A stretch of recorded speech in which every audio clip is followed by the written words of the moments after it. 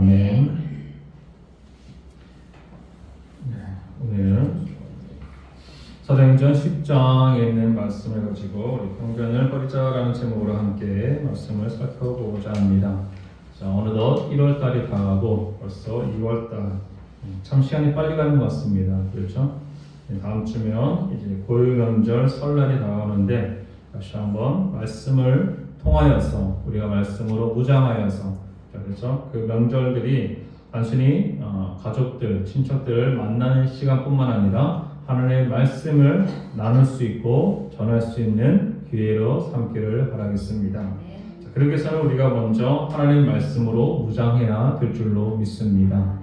자, 성경에 나타나는 수많은 인물들, 특별히 대제사장과 바리새인들은 예수님께서 행하신 일들, 이적과 표적들을 보았음에도 불구하고 예수님을 하나님의 아들 혹은 메시아로 인정하지 않았던 모습을 보게 됩니다. 그들은 철저하게 자신의 편견에 사로잡혀 있는 모습을 보게 됩니다. 우리가 가지고 있는 편견은 어떤 것들이 있습니까? 다양하게 있겠죠. 어떤 특별한 지역에 대해서, 그리고 외모에 대한 편견, 그 외에도 출신, 우리 성경에도 나타나는 것을 보면은 이런 출신에 관하여서 이런 어떤 편견을 가지게 되는 모습을 보게 됩니다. 우리 머릿속에 편견은 하나의 고정관념으로 자리 잡게 되고, 그러한 고정관념이 우리 가운데 들어오는 순간 새로운 것을 받아들이는 것에 거부감을 느끼는 것을 보게 됩니다. 세상은 정말로 빠르게 변화해 가고 있는 것을 우리가 체험하고 느낄 수 있습니다. 요즘 안에 너무나 많은, AI를 시작해서 너무나 많은 것들이 발달해서 정말로 과거에는 어렵게 힘들게 했던 일들도 우리가 편하게, 말 한마디만, 명령만 잘하면은 뭐든지 쉽게 넘어가는 그런 시대를 우리는 살고 있는 것을 보게 됩니다. 그래서 우리는 우리의 마음속에 이러한 편견이 자리 잡혀 있으면은 새로운 것들에 대해서 혹은 이 말씀에 대해서도 잘 받아들이지 않는 그런 모습을 발견하게 되는 줄로 믿습니다. 과거에 내가 들었던 말씀이 아닌데, 혹은 내가 배워왔던 말씀이 아닌데 라고 하는 순간 우리는 하나님의 말씀에 귀를 기울이기보다는 우리의 생각이 앞서가는 그런 모습을 발견하게 되는 줄로 믿습니다. 우리 역사 속에서 자유주의 신학이다라고 얘기하는데, 자유주의 신학이란 무엇이냐면은 우리가 자유롭게 내 마음대로 생각하고 내 마음대로 믿는 그런 자유를 얘기하는 것이 아니라 그런 자유주의 신학이 아니라, 자유주의 신학의 근본은 무엇이냐면은 내가 경험하고 내가 체험한 신앙이 하나님의 말씀보다 우선됐다는 것입니다. 물론 우리가 신앙생활을 하고 예수님을 믿고 하나님을 믿는 과정 속에서 때로는 주님의 음성을 듣고 깨닫기도 하고 변화되고, 그러면서 놀라운, 남들이 경험하지 못한 신비한 그런 체험도 우리가 하게 되는 것을 보게 됩니다. 그런 체험은 반드시 어떻게 보면 필요한 것은 우리가 인정합니다. 그러나 그러한 체험들이 앞장서서, 어떤 말씀보다도 내 신앙, 내 체험, 내 경험이 더 앞설 때에 그것을 자유주의 신학이다라고 이렇게 이야기를 하고 있는 모습을 보게 됩니다. 이것도 결국에는 어디서 출발되어집니까? 하나님의 말씀에서 출발한 것이 아니라 나의 경험, 나로부터 시작된다는 것에서 우리는 잘못된 그런 사고, 잘못된 신학이다라고 이야기를 할 수가 있는 줄로 믿습니다. 오늘 본문에 나타나는 사도행전 10장의 전반적인 내용은 간단하게 말해서 이방인, 군대장관 고넬료라는 사람을 이 베드로가 만나는 과정을 이 말씀에 그려지는 것을 보게 됩니다. 그런데 여기서 만약에 이 베드로가 끝까지 자신이 가지고 있던 고정관념이나 편견을 버리지 않았더라면 이 고넬료를 만날 수가 없었다라는 사실을 우리가 알 수가 있는 줄로 믿습니다. 예수께서 이 땅에 오셨을 때에도 사람들은 그를 하나님의 아들 메시아 그리스도로 인정하지 않았음을 보게 됩니다. 왜 그렇습니까? 자, 그들이 가지고 있던 편견이 있었기 때문이라는 것입니다. 자, 그렇다면은 우리는 이러한 편견들을 왜 버려야 될 것인가? 자, 에 대해서 몇 가지로 한번 살펴보고자 합니다. 자, 첫 번째로는 이 편견은 우리로 하여금 그릇된 판단을 하게 만드는 줄로 믿습니다. 자, 요한복음 7장 22절 말씀에 보시면은 갈릴리에서는 선지자가 나지 못하느냐라고 성경에 기록되고 있는 모습을 보게 됩니다. 자, 그 말은 즉 과거부터 이 갈릴리라는 지역에서는 도저히 선지자가 한 번도 나오지 않았음을 성경은 증거하고 있는 줄로 믿습니다. 자, 과거에 한 번도 선지자가 출생하지 않았던 지역이기 때문에 그 갈릴리에서 뭐가 유명하고 뭔가 대단한 사람이 나온다? 자, 그것을 이 사람들은 받아들이지 않았다는 사실입니다. 그렇기 때문에 그것이 하나의 편견으로 자리 잡아서 예수께서 그곳에서 하신 일들 혹은 그것에서 말씀을 증거하고 하는 모든 과정들을 통하여서 누가 봐도 저 사람은 하나님의 아들이시다. 정말로 여태까지 나타났던 수많은 선지자들이 그렇게 예언하고 말씀했던 그분이 바로 이분이다 라는 것을 그들은 깨닫지 못한 줄로 믿습니다. 이처럼 편견은 참으로 무섭다라고 이야기를 할 수가 있습니다. 자, 편견은 사람의 마음을 쉽게 닫아버리고 우리의 눈을 어둡게 하는 그런 역할을 하게 되는 줄로 믿습니다. 자, 본문에서 유대 종교 지도자들은 동료 관원인 이 유대인들을 니고데모에게도 비난을 서슴지 않은 모습을 보게 됩니다. 요한복음에 나타나는 그 말씀 속에는 사람에 대한 편견, 그리고 출신에 대한 편견, 학벌에 대한 편견, 외모에 대한 그런 그릇된 판단을 그런 편견이 그릇된 판단을 가져오게 되는 것을 우리가 살펴볼 수 있습니다. 오늘 본문 말씀에 나타나는 이야기는 말 그대로 시장한 중에 베드로가 기도하려고 지붕에 올라갔는데 시장하여 먹고자 하매 사람이 준비할 때에 비몽사몽간에라고 읽었습니다. 자, 즉 우리가 환상을 지금 이 베드로가 보게 되었다는 것입니다. 자, 11절 말씀 보시면 하늘이 열리며 한 그릇이 내려오는 것을 보니 큰 보자기 같고 내 귀에 메어 땅에 들였다. 그런데 거기는 네 발 가진 짐승과 기는 것과 공중에 나는 것이 있었는데 그 큰 소리가 나서 그것을 잡아 먹어라라는 음성이 들린 거예요. 자세히는 몰라도 이 큰 음성을 통하여서 이것이 이 베드로에게 지금 들려주는 메시지구나 라는 것을 그는 알 수가 있었습니다. 그런데 베드로는 어떻게 고백하고 있습니까? 14절 말씀에 보시면 베드로가 가로되 주여 그럴 수 없나이다. 속되고 깨끗이 아니한 물건을 내가 언제든지 먹지 아니하였사옵나이다 라고 말하고 있습니다. 이 베드로가 지금 말하는 것은 율법에 기록된 이 부정한 음식, 부정한 짐승에 대해서 내가 가까이 하지 않았습니다. 나는 먹지 않았습니다 라고 이야기를 하고 있습니다.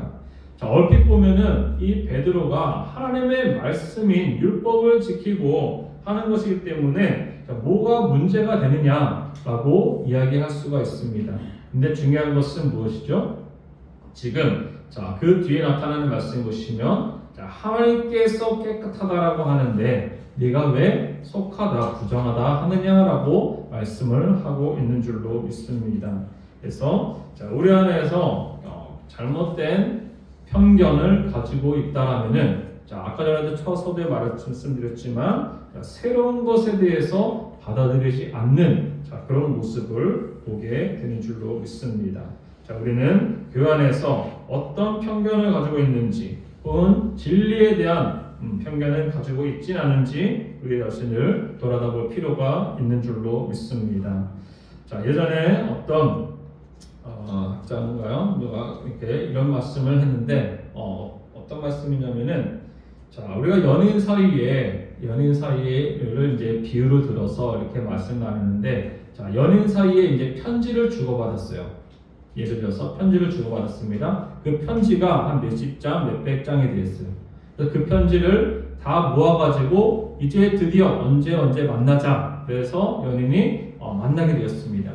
자, 만났는데 이게 대화를 나누던 중에 그 남녀가 이제 대화를 나누는데 그 남녀를 대화를 나누는 중에 내가 그렇게 편지를 보내고 서로 주고받고 했던 이 여인이 이 남성이 아닌데 라고 하면서 자꾸만 그가 보냈던 편지를 들여다보고 이런 말 한 적이 없는데 라고 하면서 불만한다면은 여러분 어떻게 생각하십니까? 자, 편지는 말 그대로 글로 표현됐지만 서로 주고받았을 때였고 지금 뭐예요? 이 남녀가 만났잖아요. 그죠? 만났으면은 뭘 합니까? 대화를 나눕니다. 그러면 그 대화에 더 집중을 해야 되지 않겠습니까? 자, 이것은 하나의 비유로 들었지만은 마찬가지입니다. 비록 하나님의 말씀이 율법으로 기록되었고 율법에서 부정한 짐승이라고 하여서 그것을 이 베드로는 지켰어요. 율법을 벗어나지 않았어요. 그건 잘했어요. 근데 중요한 것은 그 하나님의 말씀보다 지금 현재 우리에게 들려주시는 주님의 음성에 더 귀를 기울여야 될 줄로 믿습니다. 자, 지금 들려지는 음성은 뭐예요? 내가 잡아 먹어라 라고 이야기하고 있지 않습니까? 자, 이것은 과거에 우리가 하나님의 음성을 듣는 것에 있어서도 이와 같은 고정관념, 편견을 가지게 될 수가 있다는 것입니다. 자, 우리가 주님의 음성을 들었습니다. 하나님께서 나에게 말씀하셨습니다. 다양한 간증들을 우리는 하게 됩니다. 그런데 그 간증이나 말씀들을 들어보면은 주님의 음성을 듣는 통로, 경로가 다 다른 것을 볼 수 있습니다. 물론 가장 정확하고 가장 좋은 것은 하나님의 말씀으로 응답을 해주는 것이 물론 가장 정확하고 확실한 응답이겠죠. 그러나 어떻습니까? 어떤 사람들은 하나님의 말씀 몇 장 몇 절 구절로 딱 정확하게 말씀해 주신 경우도 물론 있지만 하나님께서 우리의 마음속에 성령님을 통하여 감동을 통하여서 우리에게 말씀을 해 주실 때도 있다는 것입니다. 그리고 어떤 이들에게는 오늘 본문과 같이 환상을 통하여 보여주시기도 하고 어떤 이들에게는 꿈속에서 나타나서 그렇죠? 현재의 일 혹은 장래의 일 이런 것들을 보여주시기도 합니다. 때로는 사람들과 나누는 대화 속에서도 그 사람의 입술을 통하여서 우리에게 말씀을 해 주시기도 합니다. 그 당시에는 잘 모르는데, 그죠? 대화를 나누는 속에 잘 몰라요. 근데 계속해서 그 사람과 나눴던 대화가 머릿속에 맴돌지 않습니다. 그리고 평상시에 내가 아는 사람이 하는 말과 같지 않습니다.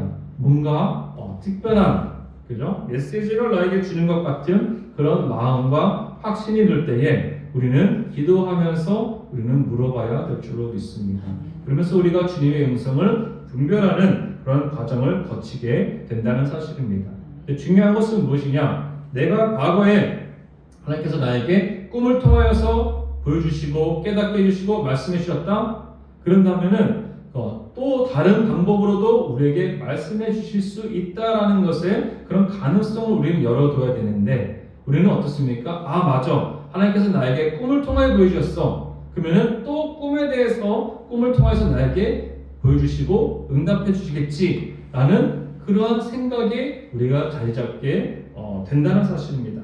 이것은 남의 얘기가 될 수도 있지만 저 역시도 그런 편견 중에 하나가 있었음을 지금 고백합니다.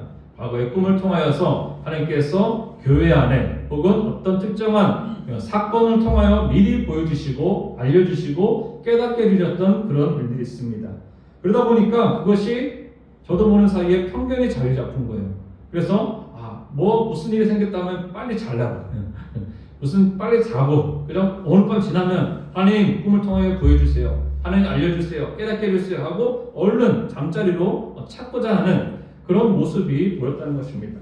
그런데 하나님께서는 다양한 방법으로 우리에게 말씀해 주시고 어떤 특정한 고정된 그런 방법이 아니라 지금 이 베드로는 어떻습니까? 자신이 내가 분명히 율법에 봤을 때는 이건 부정한 짐승이야. 이걸 먹으면 안 돼. 라고 했기 때문에 그것에만 집중했다는 것입니다. 그런데 우리가 더 집중할 것은 지금 현재 우리에게 들려주시는 하나님의 음성, 하나님의 말씀에 귀를 기울여야 될 줄로 믿습니다. 그래서 이러한 편견은 잘못된 판단을 하게 된다라는 것을 우리는 기억해야 될 줄로 믿습니다. 두 번째로 우리가 살펴볼 것은 우리가 가진 이러한 편견은 당을 짓게 만든다라고 이야기를 할 수 있습니다. 우리 고린도전서 1장 12절 말씀 같이 한번 읽어보겠습니다. 시작. 내가 이것을 말하노니와 너희가 각각 이르되 나는 바울에게, 나는 게바에게, 나는 그리스도에게 속한 자라 한다는 것이니. 아멘. 이 말이 무슨 말씀이냐면 이 고린도 교회에 향한 말씀이죠. 고린도 교회에는 정말로 성령이 나타나는 수많은 교회가 있었지만은 가장 어떻게 보면 성령의 그런 역사, 은사들이 활발하게 나타났던 그런 교회 중에 하나입니다. 그런데 우리가 알기로는, 우리가 듣기로는, 우리가 믿기로는 사도 바울의 그런 업적, 그죠? 그런 위대함을 너무나 잘 알고 있어요. 그래서 바울 서신, 그죠? 13편이나 되는 그런 바울 서신을 기록한 바울이 너무나 뛰어나고 대단한, 그죠? 영성가이자 목회자이자 선교사다라고 이야기를 할 수 있습니다. 그런데 이 고린도 교회에 있는 사람들은 아볼로가 바울보다 더 낫다라고 얘기하는 것입니다. 그리고 어떤 사람들은 아니다, 바울이 아볼로보다 더 낫다라고 하면서 자신들이 가지고 있는 생각 속에, 자신들이 가지고 있는 기준으로 통하여서 이렇게 교회 안에서 분란을 일으키고 당을 짓는 그런 모습을 가져다 주게 된다는 것입니다. 성경의 말씀을 정확하게 나타나지 않지만은 이 아볼로가 어떤 사람이냐면은 이 바울이 물론 성경의 여러 편을 기록하였지만은 실제로 이 바울이 말을 잘하는 사람은 아니었다라고 얘기합니다. 그래서 이렇게 하나님께 받은 은사가 많고 또 말씀을 증거하기도 하고 전하기도 하고 편지로 글로 쓰기도 하지만 때로는 말도 어눌하고 혹은 말을 잘 하지 못하는 반면에 이 아볼로라는 사람은 말도 유창하게, 그죠? 오늘날로 치면 설교도 유창하게 잘하는 그런 사람에 속했다라고 이야기를 할 수가 있습니다. 그런데 중요한 건 무엇입니까? 자신들이 가지고 있는 기준, 자신들이 가지고 있는 그 편견, 그것으로 나가다 보니까 자신들이 선호하는 그런 사람들끼리 모여지고 단순히 그렇게 모여진 것에서 넘어서 당을 짓고 서로 싸우고 혹은 다투는 그런 결과를 가져오게 됐다는 사실입니다. 우리가 가진 잘못된 편견과 잘못된 관념, 잘못된 생각들은 이와 같이 당을 짓게 하고 서로 분열을 갖게 하고 서로 싸우게 만드는 그런 결과를 가져오게 된다는 사실입니다. 중요한 것은 무엇입니까? 우리는 모두 다 그리스도 예수 안에서 잘나고 못나고가 없다는 것입니다. 우리의 출발점이 어디죠? 우리는 모두 다 죄인이었다는 것입니다. 우리 로마서의 3장에도 나타나듯이 우리는 모두가 모든 사람이 죄를 범하였음에 하나님의 영광에 이르지 못하였다라고 분명하게 말씀을 해주고 있다는 것입니다. 우리는 모두 다 죄인에서 출발했기 때문에 어떤 사람들이 그렇게 얘기하죠? 아니 교회가 왜 이렇게 시끄러워? 교회가 왜 이렇게 맨날 싸움만 해? 라고 얘기할 수 있습니다. 그러면은 거기에 맞는 가장 정확한 답은 무엇입니까? 맞아. 교회는 다툼도 있고 시기도 있고 질투도 있고 싸우기도 해요. 왜요? 우리는 모두 다 죄인이 모였기 때문이라는 것입니다.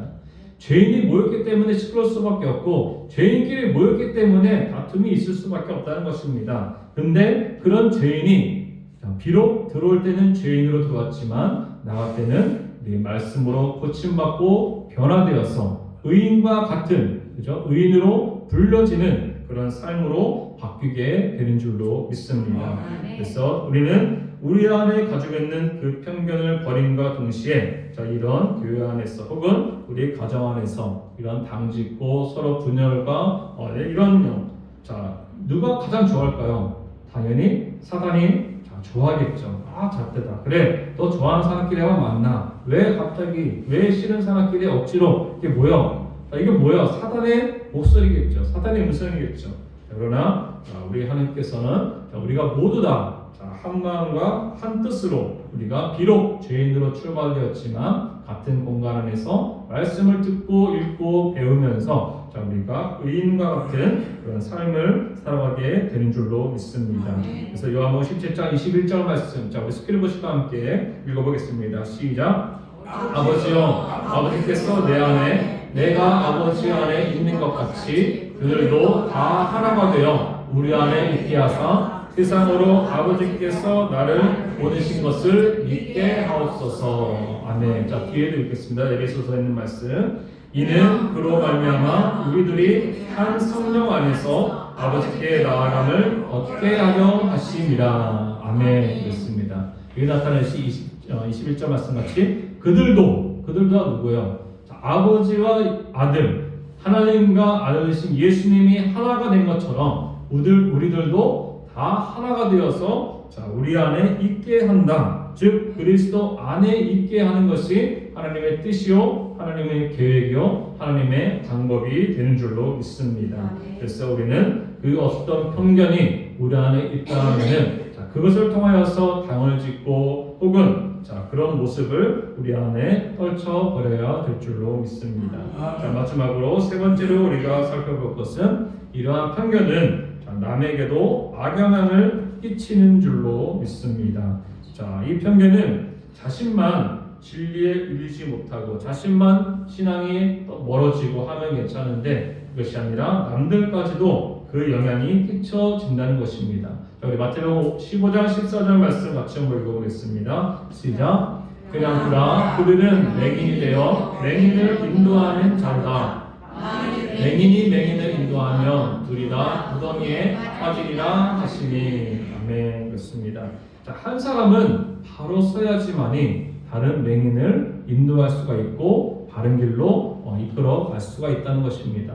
그런데 이런 죄인은 이런 편견을 가지고 있는 사람들에게 오히려 어떻습니까? 그냥 돌아 라고 얘기합니다. 맹인이 되어 맹인을 인도하는 자다. 그들은 이건 무슨 말입니까? 서로가 편견을 가지고 이 사람도 편견을 가지고 저 사람도 편견을 가진 것이 마치 아까 전에 서두에 말했죠. 편견은 눈을 어둡게 한다라고 얘기했습니다. 마찬가지로 이와 같은 소경과 같은 사람으로서 소경과 소경이 서로가 잘못된 길로 어디로 가는지도 모르고 방향도 모르고 그냥 교회는 나와고 예배는 드리는데 서로 다른 그런 방향으로 나아갈 수가 있다는 사실입니다. 우리는 이러한 이 편견은 나 한 사람만 잘못되면 상관없는데 나 한 사람을 말미암아 우리에게 딸려 있는 수많은 사람들에게도 이와 같이 악영향을 끼칠 수가 있게 된다는 것입니다.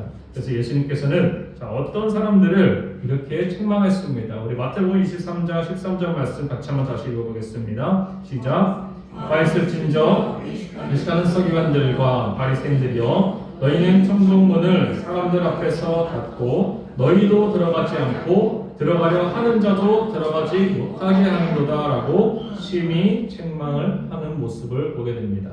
무슨 말입니까? 너희도 들어가지 않고 그죠? 우리도 안 들어가고 들어가려고 하는 사람들도 못 들어가게 한다.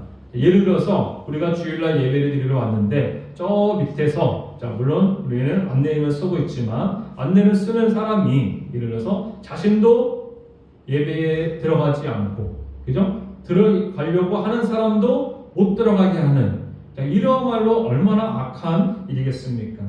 그와 같이 그 사람이 물론 교회에서 이 교회가 어떻다 저렇다 이 교회에서 상처받아서 그죠? 그렇다 쳐도 사람들마다 받아들이는 것이 다를 수 있지 않습니까? 그런데 내가 봤을 때 이 교회는 뭐가 잘못됐어. 그러니까 그 교회에 딱 서가지고 들어가지 마. 이 교회 안 좋아. 딴 데 가. 막 이렇게 한다고 생각해 보세요. 그죠? 그건 뭐예요? 그 사람만이 가지고 있는 편견, 그 사람만 가지고 있는 상처라고 해도 그 사람만 가지고 있는 거예요. 그것은 모두 다 똑같이 그죠? 공통으로 느끼는 것이 아니라는 것입니다. 그래서 나 한 사람만이 가지고 있는 그 편견이 다른 사람에게도 악영향을 끼칠 수가 있다는 사실을 우리는 반드시 기억해야 될 줄로 믿습니다. 그래서 한 영혼을 천하보다 귀하게 여기시는 하나님 앞에서 우리는 이것이 너무나도 큰 죄다라고 이야기를 하고 있습니다. 차라리 내가 안 들어가면 나만 안 들어가면은 그나마 나아요. 그죠? 근데 왜 들어가려고 하는 그 사람도 못 들어가게 하느냐? 나도 안 믿고 다른 사람도 못 믿게 하는 그야말로 가장 악한 사람이고 악한 죄다라고 성경은 말씀해 주고 있는 줄로 믿습니다. 자, 오늘날에 우리가 가지고 있는 편견, 어떤 편견들을 가지고 있습니까? 자, 물론 이런 것도 있어요. 좋은 대학, 좋은 명문 대학, 좀 훌륭한 그런 대학 나오면은 반드시 머리 좋고 공부 잘한다 라고 느낄 수 있습니다. 그런데 우리가 회사 생활, 직장 생활을 해본 사람들은 알 거예요. 혹은 군대도 마찬가지죠. 군대를 가면은 어때요? 그런 출신들이 아무런 소용이 없어요. 그죠? 아무리 똑똑하고 아무리 훌륭한 사람들이 할지라도 가장 직장 먼저 들어가면 뭐부터 해야 돼요? 여러 가지 할 수 있겠지만 책상에 있는 거, 복사하는 거, 복사하기 사용법 아나요? 처음 배워야 돼요. 다 똑같죠. 마찬가지죠. 이것처럼 자, 우리는 편견을 가지고 있습니다. 어떤 훌륭한 대학 나왔으니까 이 사람은 다 잘할 거야. 이 사람은 똑똑해 라고 생각하는데 그것도 하나의 편견이 될 수 있다는 것입니다. 자, 이와 같은 학벌에 대한 편견, 그리고 외모에 대한 편견 등등 우리 본문에 나타난 것처럼 출신에 대한 편견. 이 사람들은 이방인이니까. 자, 그들에게는 이런 생각들이 많이 있었어요.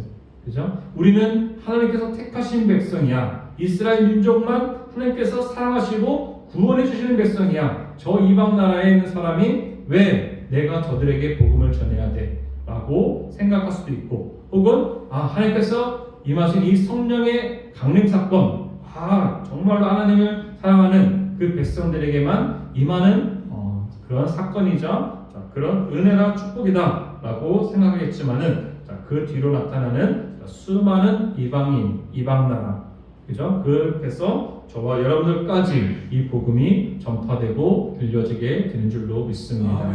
자, 여전히 우리가 가진 편견이 있습니까? 내가 싫어하고 내가 미워하는 사람, 자, 그 사람에게 복음을 전한다? 여러분 어떻게 해요? 좋아요, 싫어요? 싫죠. 그죠? 여러분들 싫어하고 미워하는 사람한테 예수 믿으세요, 구원 받으세요 하고 싶어요? 정말로 싫으면은, 그죠? 전하기 싫어요. 왜? 복음을 전하면 저 사람을 살리는 건데요. 그죠? 근데 그 살리는 일이 내가 평상시에 미워했던, 싫어했던 사람에게는 복음조차 전하기가 싫어진다는 것입니다. 근데 그만큼 우리가 가진 편견을 벗어버리고 내려놓으면은 어떻죠? 우리 디모데후서에 나타난 것처럼 때를 얻든지 못 얻든지 말씀을 증거하고 복음을 전파하라고 우리에게 말씀을 해주신 줄로 믿습니다. 우리 말씀을 듣고 저와 여러분들 가운데 가지고 있는 편견이 무엇인지 돌아다보고 그것을 이 시간 이후로 우리가 벗어버리고 내려놓고 온전히 주님의 말씀만을 쫓아가는 저와 여러분 되시기를 주님의 이름으로 축복하겠습니다. 기도하겠습니다.